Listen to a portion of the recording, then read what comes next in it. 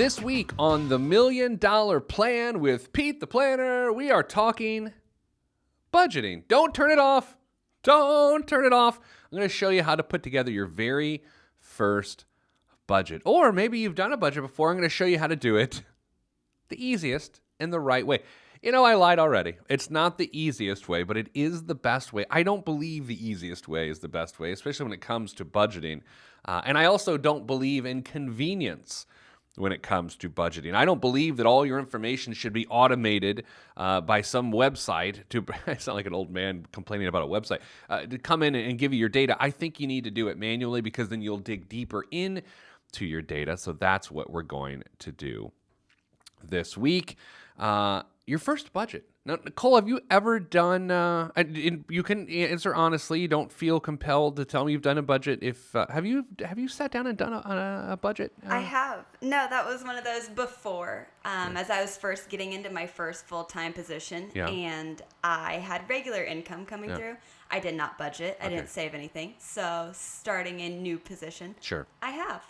And if you're watching on PeteThePlanner.tv this week, we added a new camera in the control room. So, Nicole, you are on camera this week. I am. So, this, is, by the way, is not in response to people wanting to know what Nicole looks like, which still is a bit creepy, right? Yes. All right, so join us at PeteThePlanner.tv. Just subscribe, and you can watch every episode of the show. All right, so let's talk about who this episode is for. It is for anyone that has an income. That's right. This episode is for everyone who has an income. Let's talk about what a budget is not. A budget is not the way we do it around here. I'm not asking you to look at this every day. I'm not asking you to save your receipts when you make a purchase and come home and shove the wad of receipts into some shoebox or anything like that. What we're going to do, we're going to take a retroactive look at your spending. We're going to look for patterns. We're going to set some targets. And then we're just going to live our life. And I think that's the best way to do it. Now, here's where people go off the rails from the very beginning of a budget. Of course, there are two major elements to a budget, the income and the expenses, the inflow and the outflow, right? Money populates your ability to spend, and then you spend money. For me, people go off the rails because they don't even know how much money they make. I think that's an important element, and so much so that you need to know the pay frequency of which you get paid, whether it be, every other week, twice a month, weekly. I mean, those are the primary pay frequencies. Of course, there's monthly too. But if you get paid, Nicole, now, again, I'm going to go back to you a lot this episode, and I don't want you to feel compelled to tell me what I want to hear. Do you know the exact dollar amount, net dollar amount that is deposited every other Tuesday at midnight? Yes. You know the exact dollar amount. The exact dollar amount. When you think of your budget, do you just multiply that by 2 from a monthly perspective? Not really, because I kind of separate my paycheck between what I need to pay myself for so that I can pay my bills. Okay. Because I have 3 accounts that I hold my money in. This is fascinating. Okay, 3 accounts that you hold your money in. Okay, let's go through these. If you want to. Yeah, no, absolutely. So I have my main checking account that Number 1. I dump everything into. Okay. So my paycheck every 2 weeks. If any Venmos that people send me, it goes into there. We need to translate Venmos here. Wait. Venmos is a pay app. Yes. Okay, so it's if your friends owe you money, you can get an app on your phone called Venmo. Yes. And then your account's attached to it, their account's attached to it, and you can just transfer money amongst friends. Sorry, go ahead. No. So that's just my main hub. And then I have another checking account that I will send if I have, my car payments and student loans and any utilities. So that comes out of that. Okay. And then I've got a savings account. So then that's everything, every paycheck I send a certain amount to that account. And then I can't touch it because I get charged if I try to move money within that electronically. I have to go into a bank and have them move that money in my savings account. So this is fascinating to me because around here we always say things like, there's no wrong way to budget. And to your point, what you've just described to me would not work for me, but it does work for you, right? Yes, it does. Okay, then good. That's fine that you do it that way. So, first, again, back to the original point, we need you to know not only your pay frequency, which you obviously know, but the net amount you get paid every pay period, as well as the rest of your household income. For me, I have a few different sources. We've got our rental property, which is cash flow positive, so we get that check. We get my 2 paychecks generally a month. And then some freelance stuff I do that comes directly to me instead of my company, newspaper stuff, radio things.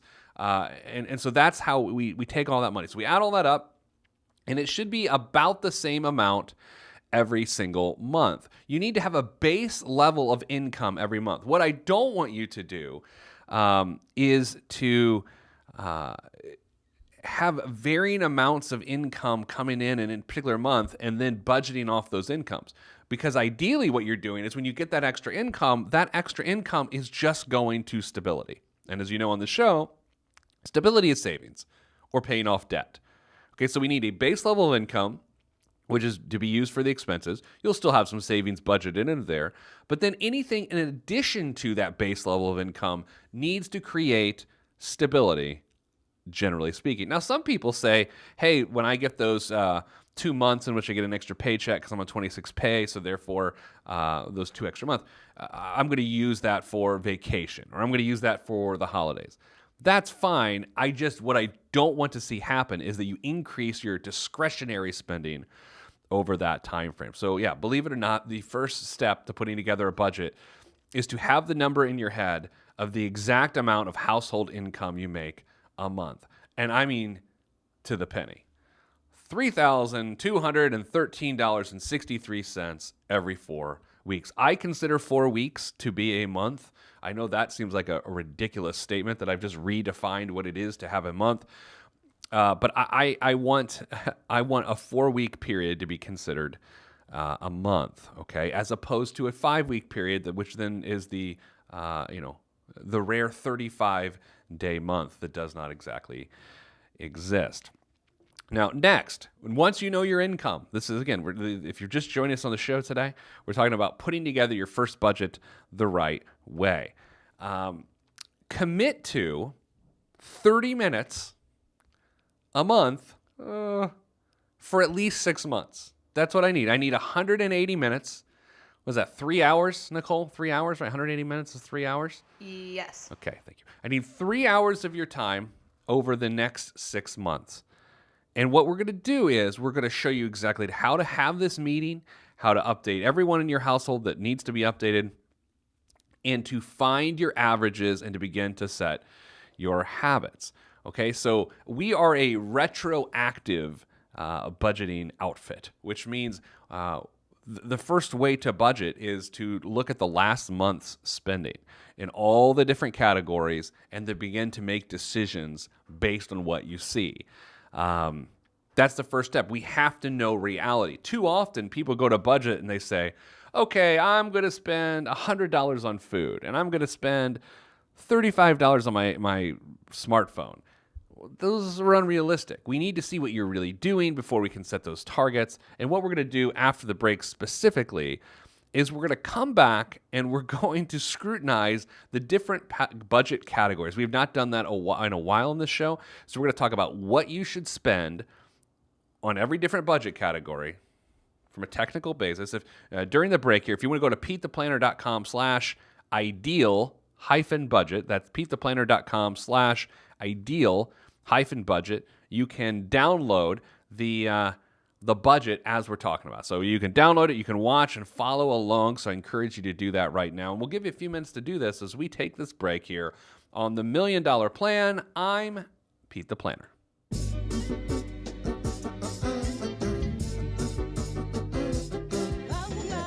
Yeah. Axe hand on the beat. Yes, sir. Glass House. Yes, sir. Mr. Kinetic, Rusty Redenbacher.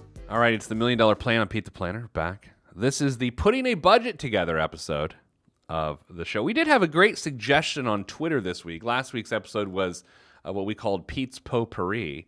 And my friend Don on Twitter suggested we call it Pete Pourri? Is that right, Nicole? Pete Pourri. Pete Pourri. Last week was a Pete Pourri episode. So check that out. You can always subscribe to the show on iTunes or watch the show at PeteThePlanner.tv. It's a great appetite suppressant. Because you just look at me. All right, so let's go through the ideal household budget. Nicole, do you have your monthly net income in your head right now? Yes. You have the exact number, and we're The not asking you to exact share number. it. No. Don't share it. Okay, you got the number. I do.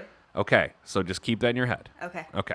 So now what we're going to do is we're going to go through and look at what percentage of your household income comes from housing or what do you spend on housing. We're going to hit the big categories first, then hit the smaller categories. We're going to hit the fixed bills first and then deal with some of the variable expenses.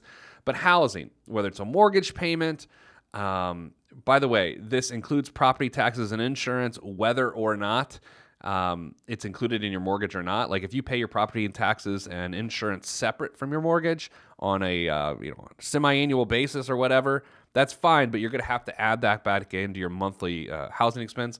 Rent payments included. And that's it with housing. We're not putting utilities in here. We're not putting upkeep or anything like that. Mortgage payment or rent. Ideally, it's at 25%. It's unlikely that you're at 25%. Culturally, we've gotten to a place where banks have talked us into this idea that 40% is okay. Again, we're dealing with take-home pay. After tax, total household income, we want you at 25%. Let me give you an example. I'm going to use round numbers because, I don't know. Let's say, for some reason, your household income is $4,000 a month. And your housing payment is $1,000 a month. That means 1,000 divided by 4,000 is 0.25 or 25%. You would hit it on Zenos. Now, Nicole, I'm curious with your situation. You can include your household income with your significant other. Yes. Is that what you're doing? No, we just split the ours bills. in half. Okay. Yeah, we split everything in half. All right, so Mrs. Planner and I mean, it's all the same, right? We've been married forever. Your significant other, you're deciding to just split it in half. So when you think about yours, you're just thinking about your portion of the mortgage or whatever that you pay, right? Yeah, no, we still have separate accounts, and we just split everything for the time being until we decide not to. Sure. Okay. I like how you put that. So I'm curious, and we should have like a bell that you ding if you don't want to answer a question. Just hit it on a soundboard. Yeah, just boop, boop, just do that. Do you know what percent you are on housing? Yes, I'm just right above, like 27% or something. Yeah. Okay, not terrible, right? Not terrible at all. If you're above 50%, okay, take a deep breath. There's a problem. And this is not the overhousing episode, although we should probably do one soon. Overhousing is a huge issue in affordable places to live, as well as unaffordable places to live. But it's especially bad in places that you can help it and you do not. Here's what I mean. In the Midwest, in which I live, you can easily spend 45, 50% of your income on housing and convince yourself that it's okay, despite the fact that there are much more affordable housing options for you in the Midwest. If we're in Manhattan, or we're in San Diego, or we're in San Francisco, and the only way you can live there is to have 45 to 50% of your income go toward that, that's a different story. There's not a lot you can do other than move out of that metropolitan area.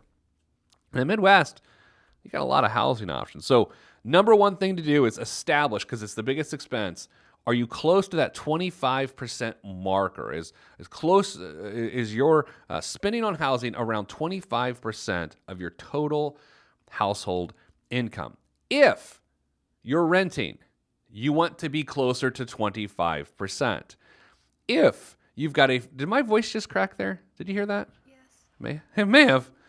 If you have a 15-year mortgage, you can be over 25%. You can be into the low 30s. If you've got a 30-year mortgage or a interest-only mortgage or a 40-year mortgage, because these things exist, you want to be closer and closer to 25%. If you have a 30-year mortgage and you're in the 40% range, I don't know. I do know what to tell you. You're in trouble.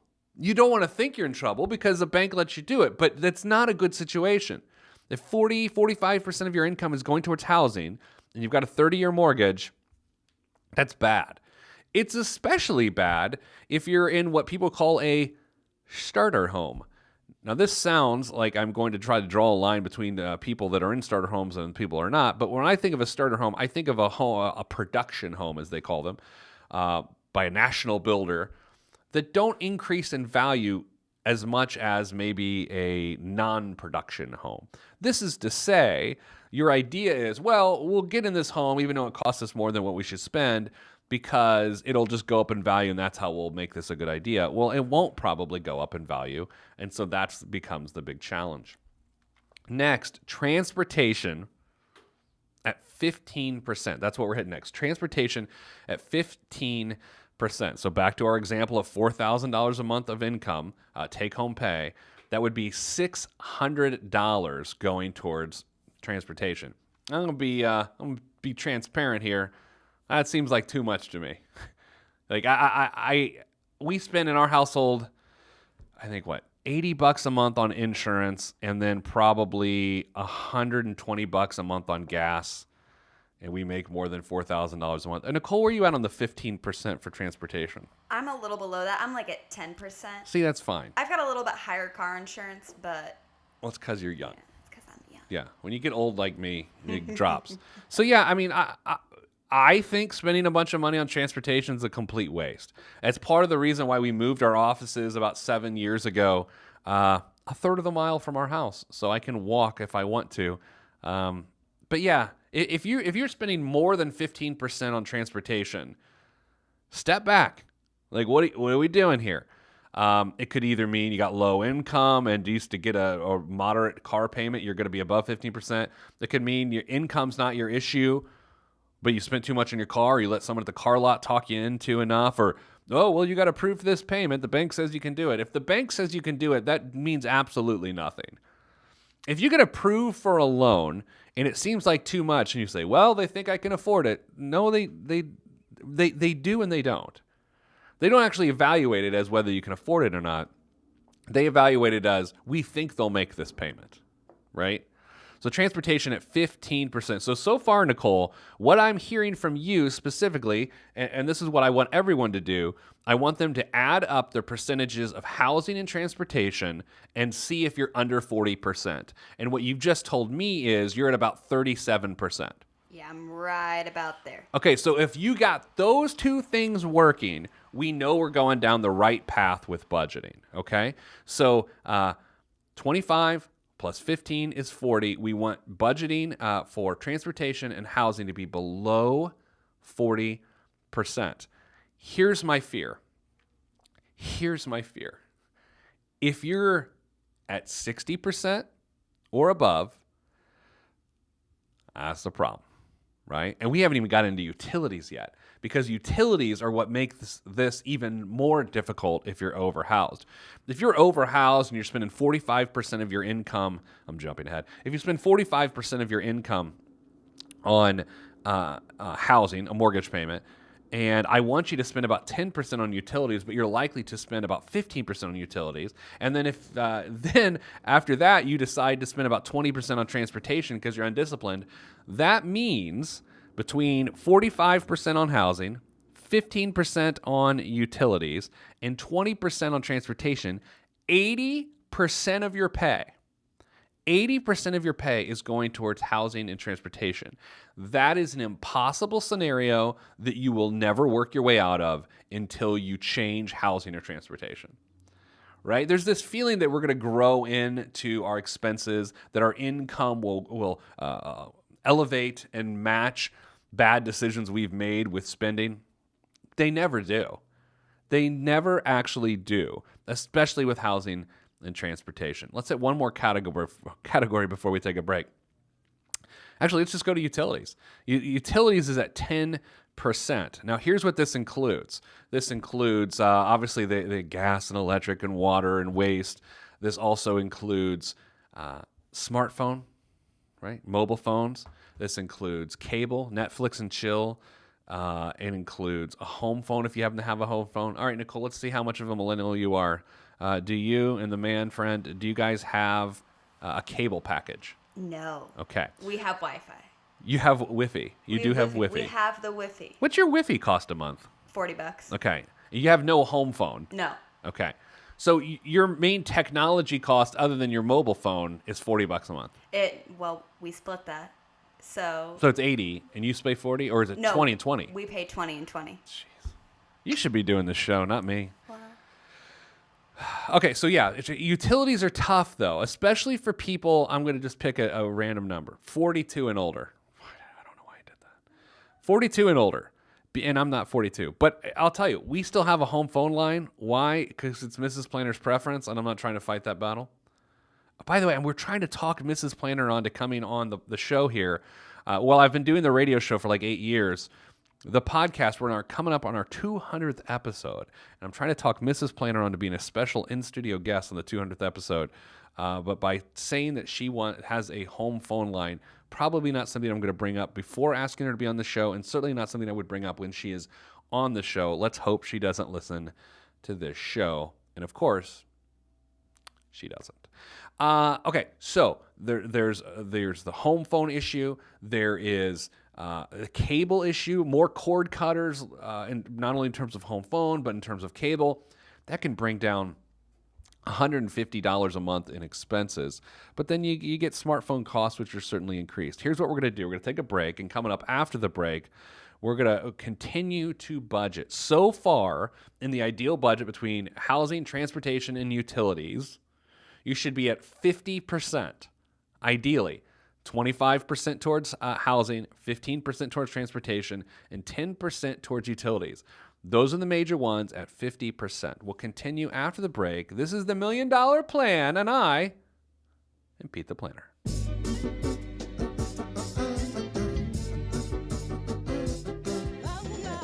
Yeah. Axe hand on the beat. Back on the $1 Million Plan, Pete the Planner. Doing a budget today. Like, we're going back to the basics. Doing a budget. I went to the Ho Chunk Casino this week. Tara Reid, who is the actress that was in, I think, American Pie, she was doing an appearance at the Ho Chunk Casino in Wisconsin Dells just after me. I never thought years ago that I would say the phrase, I was at the Ho Chunk Casino in the Wisconsin Dells, and Tara Reid was scheduled to follow an appearance that I did. Such a weird life, this life. Okay. Speaking of travel, can I do a public service? Nicole, can I do a public service announcement on here? I think so. Should I use a different voice, do you think? Oh, All right, yeah. let me clear my throat. All right. Hi, I'm Peter Dunn. You may know me as a newspaper columnist and as a balding ginger. But I'm here to talk to you about airline travel. There's an epidemic in the airline travel industry, and it's this. When boarding a plane that is not a Southwest plane, of course, a flight in which you get to choose your seat, you decide to pick your seat anyway. Why? Because you don't like the seat that you were assigned by the airline, so you just sit in someone else's seat. And when the other person arrives to their seat to sit down in the seat that they selected weeks before, strategically, because they're a professional traveler, you passive-aggressively say, "Would you mind switching? I'm in the back row, in the middle." This concludes the public service. Don't do that! Nicole, do you know not to do that? Yes. I don't even travel, via the airplane that often, and I know not to do that. And then it puts the person in the position to be the jerks. Like, would you mind switching? And then, last night I had to go, well, yeah, I do mind.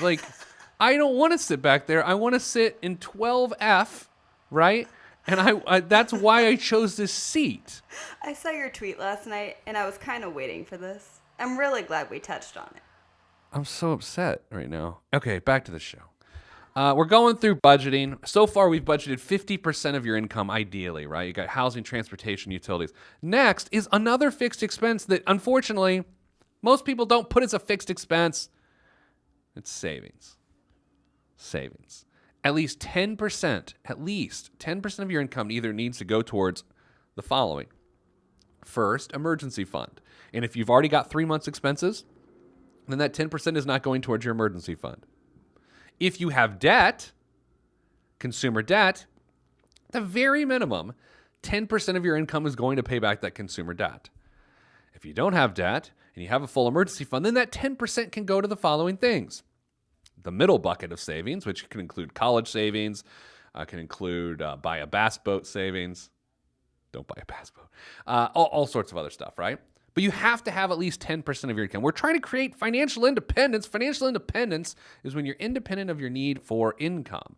And you can be independent of the need of 10% of your income by saving 10%. So far, between mortgage, transportation, and utilities and savings, we're at 60% of your income. You have to pay yourself first. And the way you do that is actually to pay yourself fourth because it's the fourth category, but at least 10% of your income. Okay, Nicole, now you don't have to say yes or no, but I know you were putting money into a savings account. If you took a look at your total monthly income, right, the four numbers, forget the change, but the $4 amounts there, it's in thousands. Yes. And then you moved you like how I mansplained money to you. And then you move the decimal spot one place to the left, okay? Just move it over one digit. Do you save at least that amount of money of your take-home pay on a monthly basis? Yes, I do. Oh, my gosh, that's lovely. Thank you. Thank you. Oh. Do you feel pressure today? No, because it's one of those, I know that I hold myself accountable to my budget. Yeah. It's not some ominous thing that I pretend that I tend to and abide by. So if I didn't, yes. But I do. So I'm not uncomfy talking about it. Oh, good for you. Oh, thank you. So there's other expenses in here that aren't going to be in everyone's budget that we need to talk about. There's obviously things like a daycare, right? Daycare, if you got a kid or 7 or whatever, can be super expensive. It's a fixed expense and it needs to be moved up front here. I'll also say this. If you have daycare expenses, you're overhoused and you're over-transported, I don't think that's a thing, but you spend too much on transportation, you are hating your financial life. The best tip I can give you if you're paying for childcare is have really low transportation expenses.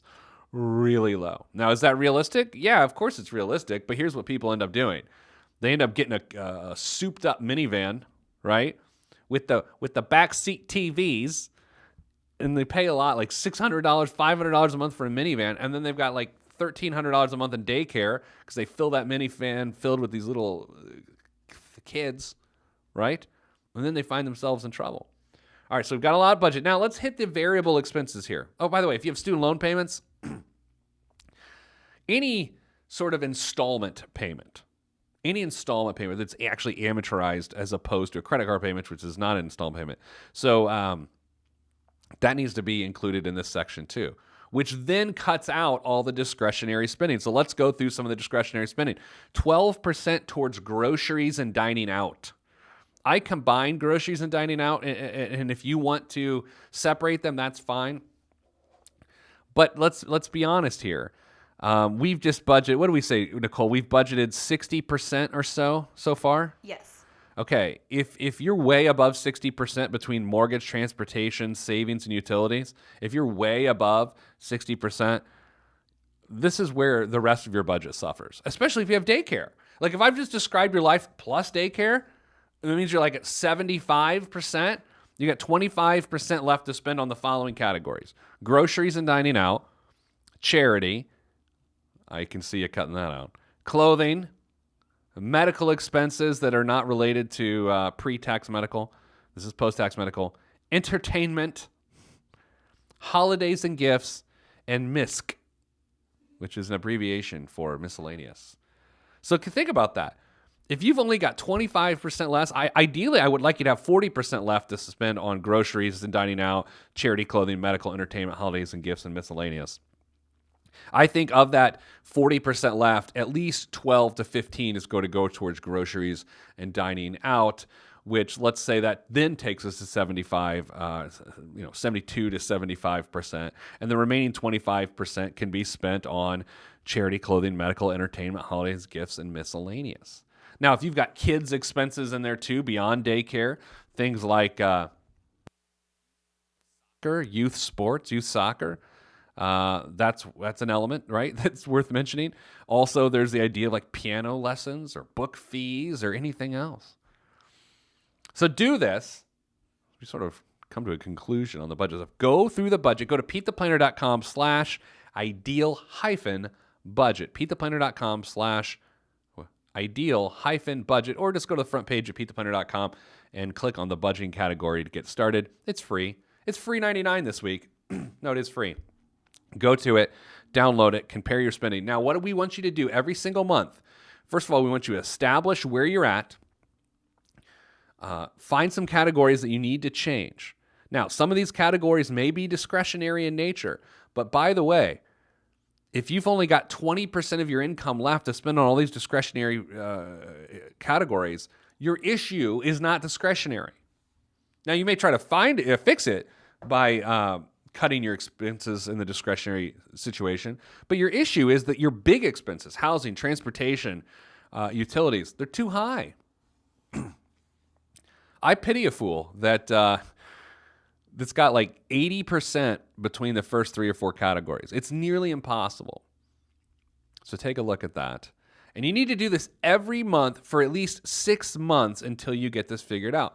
If you feel like the solution to your problem is to move and to have a smaller housing expense, email me. Let's talk about it. Like, seriously, we'll do our best to email you back. Ask Pete at PeteThePlanner.com. I always will support you if you come to the conclusion that you've got too much house. I've had this conversation hundreds of times over the last several years, and I can say unequivocally that the people that pull the trigger and fix their financial life by getting a smaller house commitment on a monthly basis unequivocally end up happier. Absolutely, 100% of the time. Because it doesn't choke you. You can be choked by over housing. Go to PeteThePlanner.com/ideal-budget. Coming up after the break, we're going to wrap this show up, the budget show, by showing you something that's very wasteful to spend your money on. And that's this week's BWOM, the biggest waste of money of the week. Right here on the Pete the Planner $1 Million Plan. I don't know, I just changed the name of the show. I'm Pete the Planner. Let's take a break.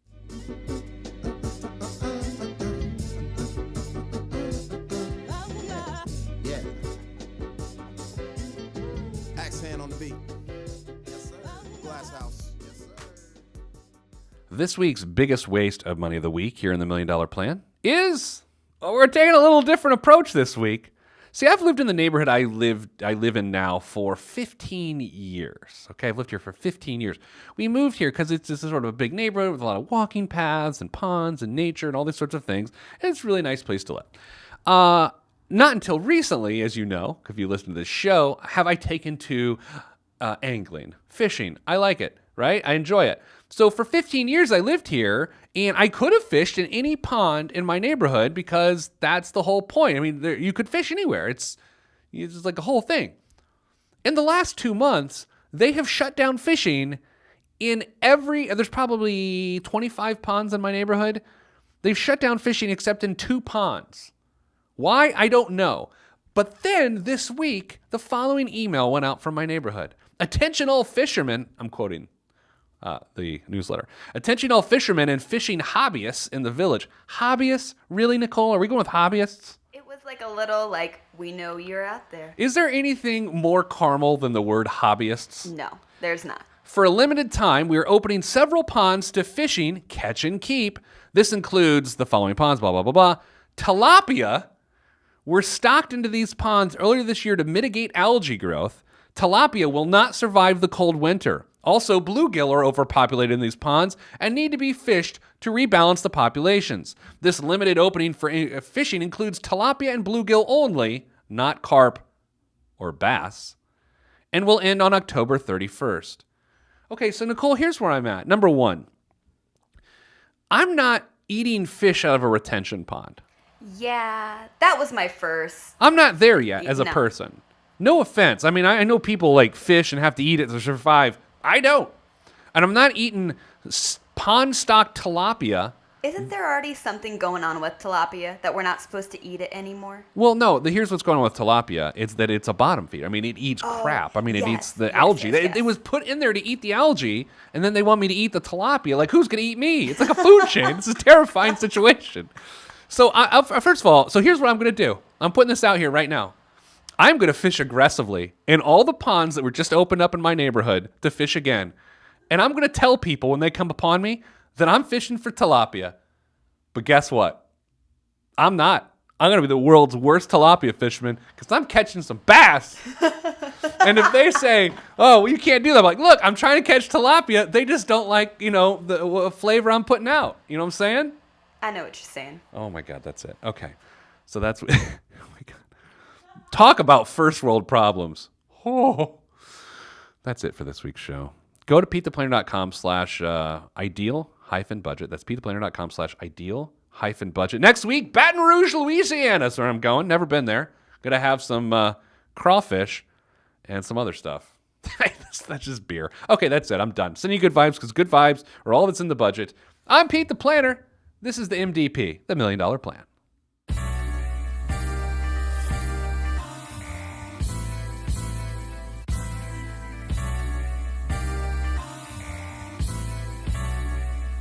This is where I came from.